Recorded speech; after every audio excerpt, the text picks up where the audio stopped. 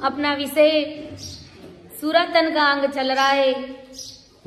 तो परम दयाल अनंत सुख सम्राट आदि सदगुरु, सर्व आत्माओं के सदगुरु, सर्व सृष्टि के सदगुरु सदगुरु सुखराम जी महाराज इस सूरतन के अंग के माध्यम से हमें यही समझाने जा रहे हैं कि भक्ति में सूरवीरता का होना अति आवश्यक है, क्योंकि सूरवीरता जब तक नहीं आती है तब तक भक्ति होती नहीं है। महाराज फरमाते हैं।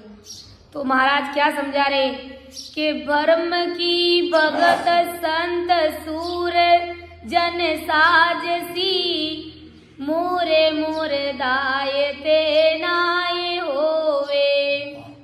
ब्रह्म की भगत संत सूर जन साजसी, मोरे मोरे दाय से नाय होवे। कायरा कपटिया को से हजार है, दूजे घटनाय नीता जोवे। करत स्नान सिर पाव सब केसरिया, तुरंग पर जीण घरे आस मेले। आगली पाचली एक व्यापे नहीं, सूर जन फौज में पाग खेले। मरण की आस नहीं जीवनों जुग में, श्याम के काज सो शीस देवे। दास सुख राम सो संत जन सूरवा, ब्रह्म का सुख बेहद लेवे। परम दयाल आदि सदगुरु सुखराम जी महाराज हमें इस रेखता के माध्यम से क्या समझाने जा रहे हैं कि ब्रह्म की भगत संत सूरजन साजसी, मूर मूर दायते नाये होवे। महाराज क्या समझा रहे कि सत्स्वरूप राम जी महाराज की भक्ति कोई सूरवीर संत होंगे, वो ही इस भक्ति को साज पाएंगे, इस भक्ति को कर पाएंगे। मूर मूर दायते नाय होवे। महाराज फरमा रहे कि जिसका भाव नहीं है, जो मुरझाए हुए, जो इस भक्ति को कर नहीं सकते, जो कायर है, मुरझाए हुए, उनसे ये भक्ति कभी नहीं हो सकती है। कि मूर मूर दायते नाय होवे, कि प्रेम के बिना ये भक्ति होती नहीं है। यानी भक्ति हमेशा प्रेम से उपजती है। कहते हैं ना कि सद्भाव बिना सत्संग नहीं, सत्संग बिना नहीं प्रीत, प्रीत बिना सुखराम के नहीं भजन की रीत। तो भक्ति हमेशा प्रेम से होती है। महाराज फरमा रहे कि मूर मूर दायते नाय होवे। तो सामान्य वे में भक्ति होती नहीं है। भक्ति के लिए प्रेम का होना बहुत ही जरूरी है, कि बिना प्रेम भक्ति होती नहीं है। महाराज फरमा रहे यही मूर मूर दायते नहीं होना है। और कायरा कपटिया कोस हजारे, दूज घट नाय नीता जोए।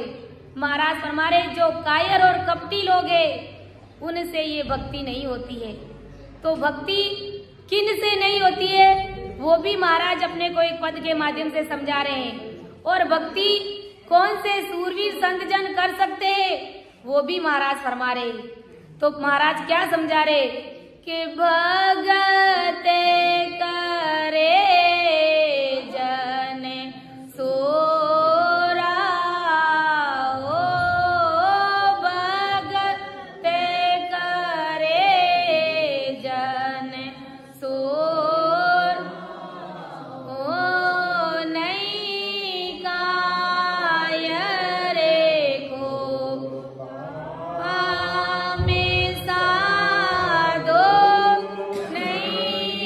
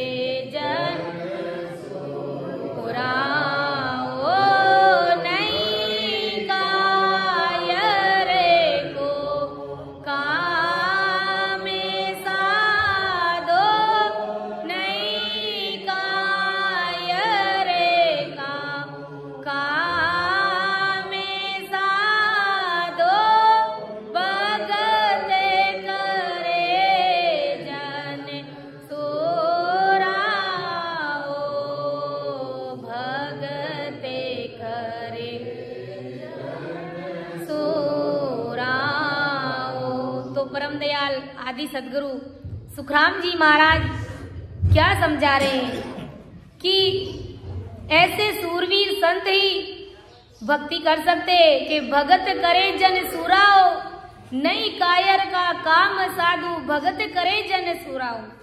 यानी सूरवीर ही भक्ति कर सकते हैं, ये काम कायरों का नहीं है। महाराज फरमा रहे कि तन धन की जो आस न राखे मस्त हुए मगरूर आओ। तन धन की किसी भी प्रकार की वो आस नहीं रखते, न ही इस जगत से वो किसी भी प्रकार की कोई आशा करते हैं। मस्त रहते हैं, भजन करते हैं और आनंद लेते हैं। महाराज फरमा रहे कि शरीर और धन का मोह छोड़ देते हैं, तन धन की किसी भी प्रकार की आशा नहीं रखते और भक्ति में आनंद में रहते हैं। मस्त हुए मगरूरा, यानी मस्त रहते हैं, मगरूर रहते हैं। के कपट कलेजो काट बगावे सांसो शिष तन दूरा हो। यानी कपट को छोड़ देते हैं और किसी भी प्रकार की सोच फिकर चिंता वो नहीं करते कि सांसो शिष तन दूरा हो। किसी भी प्रकार की वो सोच चिंता फिकर नहीं करते, जो होना है वो होगा, क्योंकि राम जी महाराज करने वाले हैं। जो कुछ भी करते हैं सतस्वरूप राम जी महाराज है। कहते हैं ना कि करण हार सिमरत है न्यारो तासु कछुआ न सरिये रे। करने और कराने वाले सब कुछ राम जी महाराज है। और जो सूरवीर होते हैं वो तन मन से भक्ति में लग जाते हैं और मस्त हो जाते हैं। कि मात पिता की बात न माने नार सनई पूरा हो। यानी माता और पिता की बात नहीं मानते। यानी अगर अपन सोचेंगे कि माता पिता की आज्ञा का पालन नहीं करना है क्या, माता पिता जो संसार के उनकी आज्ञा का तो पालन करना ही है। महाराज फरमा रहे माता माया ब्रह्म की भक्ति का त्याग कर देना है, इन भक्तियों में उलझना नहीं है। कि मात पिता की बात न माने नार सनेई पूरा हो।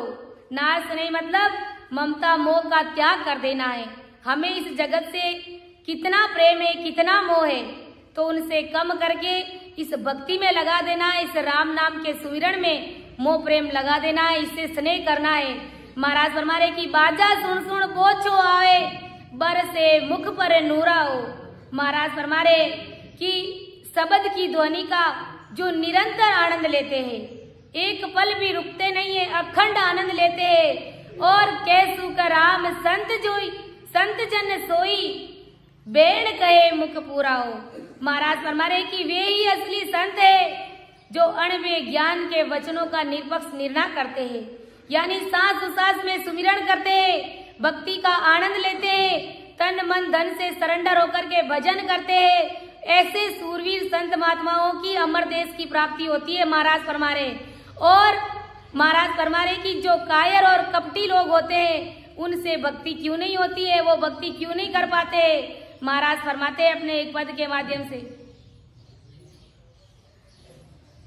के परम की भगत संत सूरजन साजसी मूर मूर दायते नाये होए कायरा कपटिया कोस हजारे दूज घट नाये नीता जोरे। यानी जो कायर और कपटी लोग होते हैं उनसे वो भक्ति होती नहीं है। महाराज फरमा रहे और दूज घट नाये नीता जोरे। क्यों उनसे भक्ति नहीं होती है?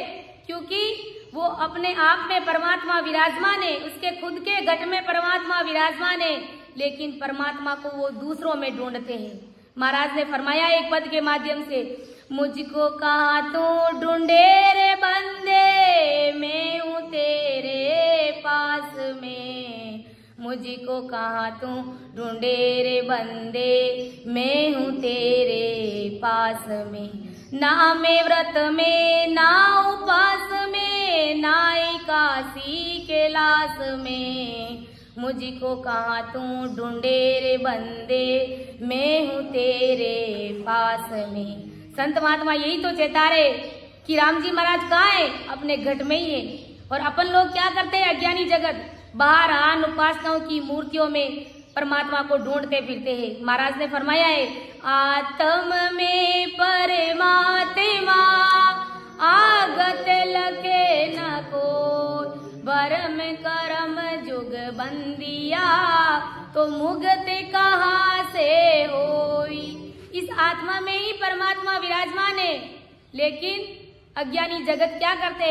भ्रमों में उलझे हुए, आन उपासनाओं की भक्तियों में उलझे हुए, जहाँ कई बार भी सत्संग में जाते हैं, किसी के भी घरों में देख लो हर प्रकार के देवी देवताओं की मूर्ति उसमें विराजमान रहती है।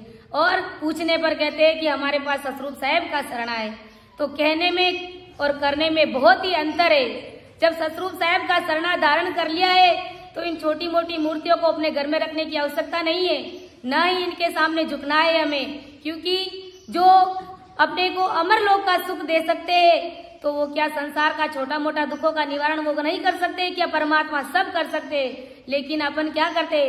तुच्छ स्वार्थ के कारण उन मूर्तियों का पूजन करने लग जाते हैं, आन उपासनाओं की भक्तियों में लग जाते हैं, देवरों में फिरते हैं। तो महाराज फरमाते हैं कि राम सनैयों को ये चीज शोभा नहीं देती है कि कायरा कपटिया कोस हजारे दूज गट नायनी ता जोवे करत सनान सिर पाव सब केसरिया तुरंग पर जीण गर आस मेले। जिस प्रकार से जिस रामन पावे ओ अंते काले पीछ तावे साधो कपटी रामन पावे ओ मुख पर मीठा बोल गोताई मुख पर मीठा बोल गोताई सेणो समझेणो बोले ओ कपटी रामन पावे ओ दावे गावे सो बोरे बरियो दावे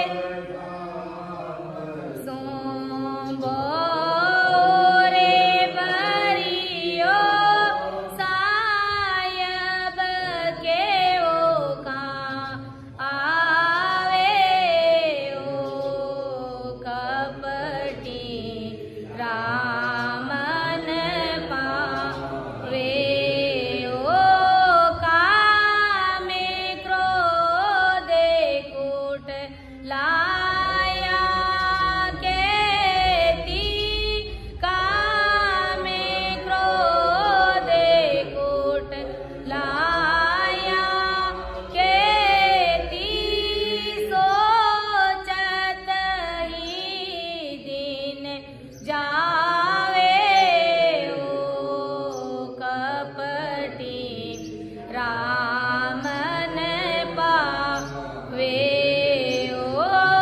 अंतर मेलो नहीं भरोसो अंतर मेलो नहीं भरोसो फिरे फिरे आने मनावे ओ कपटी रामन पावे ओ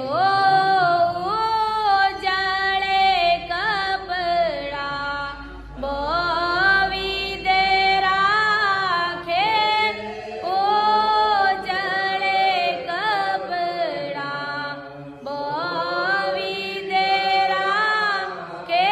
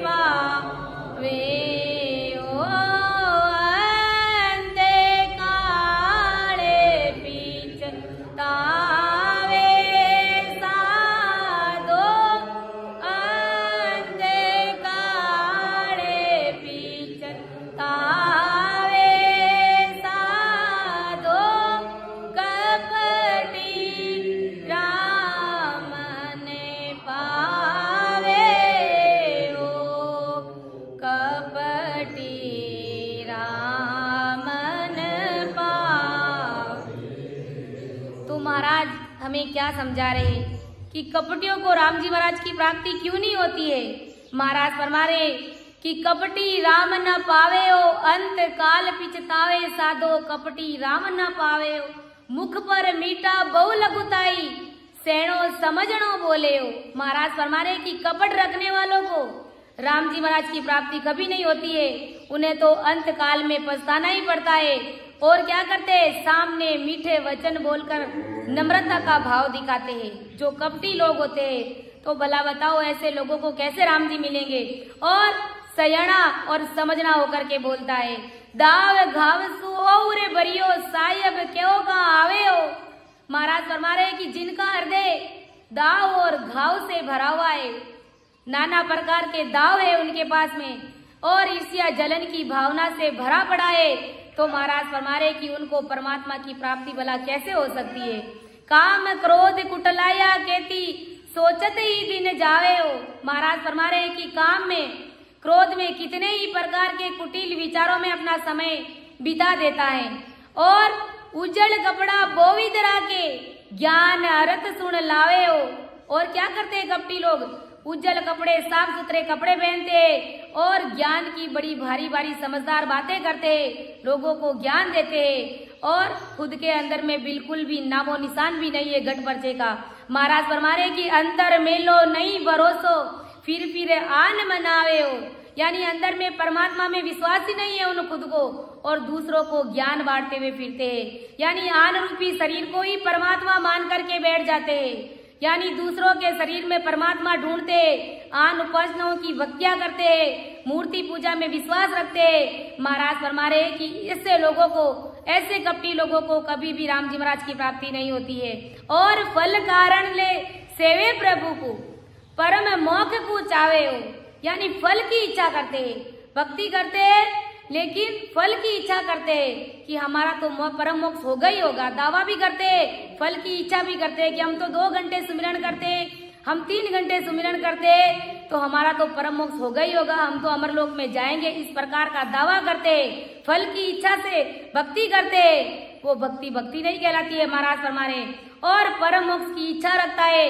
महाराज फरमा रहे कि ऐसे कपटियों को कभी भी सपने में भी राम जी महाराज की प्राप्ति होने वाली नहीं है। महाराज फरमा रहे कि करत स्नान सिर पाव सब केसरिया, तुरंग पर जीण घर आस मेले। सूरवीर योद्धा होता है, जब वो रणभूमि में युद्ध करने के लिए जाता है तो केसरिया बाना पहन करके घोड़े पर असवार होकर के खड़क जाता है, तलवार हाथ में लेकर के, और घोड़े पर जीण बांध करके रणभूमि में दुश्मनों को मारने के लिए जाता है। तो महाराज हमें यही समझा रहे हैं कि जो सूरवीर योद्धा होते हैं, जो सूरवीर संत होते हैं, वो क्या करते हैं, भक्ति रूपी केसरिया बाना पहन करके तन मन से भक्ति में लग जाते हैं कि तुरंग पर जीण घर आस मेले। यानी जिस प्रकार से जब कोई योद्धा रणभूमि में लड़ने के लिए जाता है तो घोड़े के ऊपर जीण बांधता है, यानी सारी आशाएं उसके ऊपर उसकी टिकी हुई रहती है। इसी प्रकार महाराज फरमा रहे कि हमें तन और मन से भक्ति करनी है कि आगली पाचली एक व्यापे नहीं। जब वो योद्धा रणभूमि में लड़ने के लिए जाता है तो आगे और पीछे की कुछ भी नहीं सोचता है कि मेरे घर परिवार का क्या होगा, मेरे बीवी बच्चों का क्या होगा, मैं मर जाऊंगा। इस प्रकार का सोच, इस प्रकार का विचार वो लाता ही नहीं है। किसी भी प्रकार की कोई आशा नहीं रखता है, आगे की पीछे की कुछ भी नहीं सोचता है, और अपने मालिक के लिए तन मन से लड़ता है और दुश्मनों को मार भगाता है। इसी प्रकार ब्रह्मदयाल आदि सदगुरु सुखराम जी महाराज हमें क्या समझा रहे कि इस प्रकार से हमें भक्ति में लग जाना है। कोई सूरवीर संत जन इस प्रकार से भक्ति में लग जाते हैं, आगे पीछे कुछ भी नहीं देखते कि मेरा परम मोक्ष होगा नहीं होगा, मैं कहीं नरक में तो नहीं चला जाऊंगा, मेरे पीछे बीवी बच्चों का क्या होगा। इस प्रकार के हल्के भाव नहीं ला करके जो सूरवीरता की भांति भजन में लग जाते हैं तो उसको परम पद की प्राप्ति होती है। महाराज फरमा रहे कि आगली पाचली एक व्यापे नहीं, सूरजन फौज में फाग खेले। महाराज फरमा रहे कि सूरवीर स्नान करके केसरिया पोशाक पहन करके घोड़े पर जीण कसकर सब आशाओं का त्याग करके आगे पीछे का विचार नहीं रखते हुए लड़ाई के मैदान में दुश्मनों से लड़ते हैं।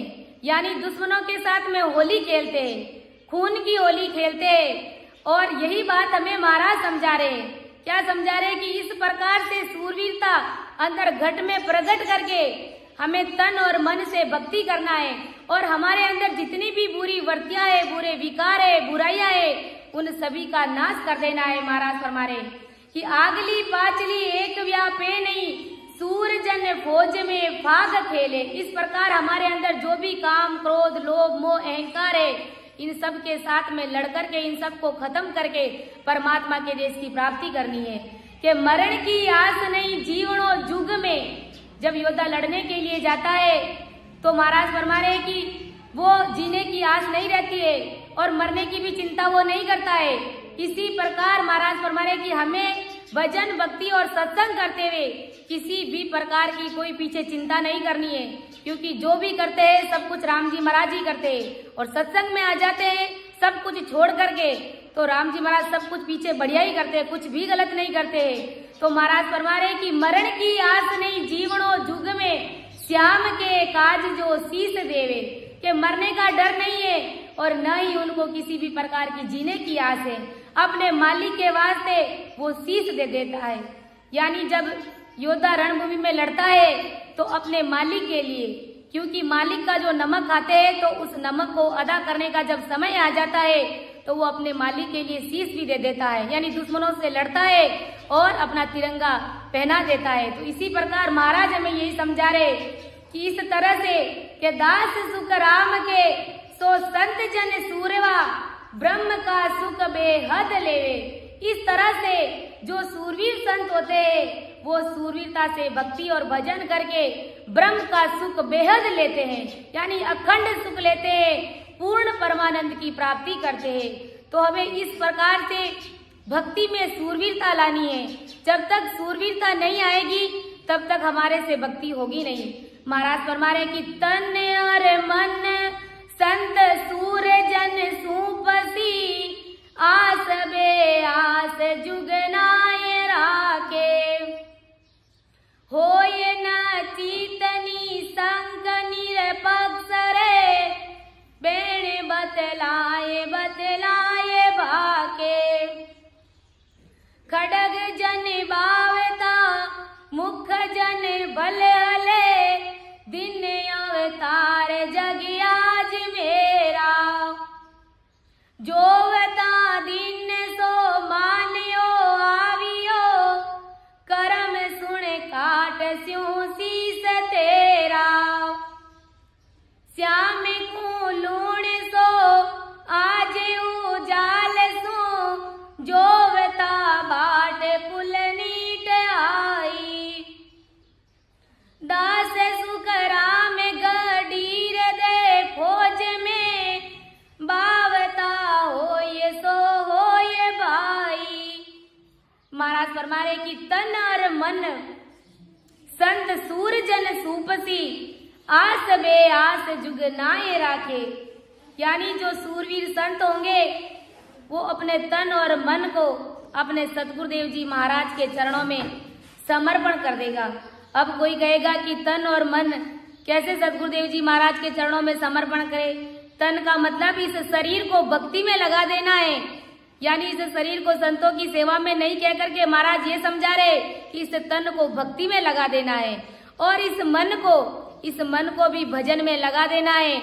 और जो भी अपने पास परमात्मा ने जो सासा रूपी पूंजी दे करके भेजा है, तो उस धन को, जो सासा रूपी पूंजी है वो धन दे करके परमात्मा ने हमें भेजा है, तो उस धन का हमें सदुपयोग करना है। तो इस प्रकार से तन और मन और धन ये तीनों सतगुरुदेव जी महाराज के चरणों में समर्पण कर देना है।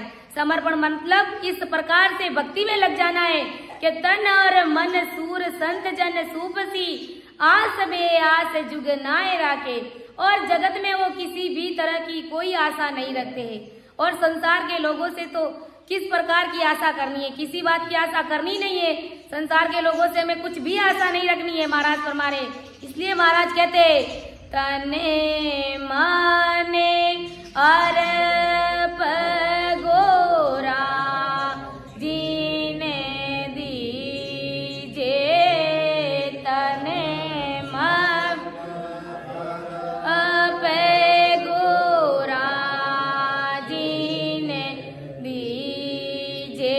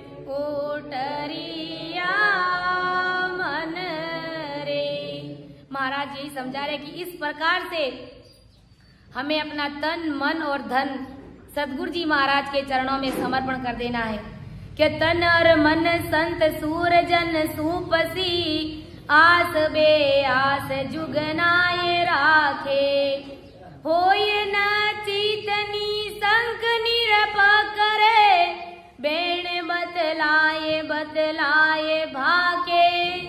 महाराज फरमा रहे कि होय न चीतनी संक निरपक्ष रे बेण बतलाए बतलाए भाके, यानी नचित मतलब निश्चिंत होकर के, निसंग यानी बिना किसी संकोच के, निरपक्ष यानी निष्पक्ष बात करते हैं।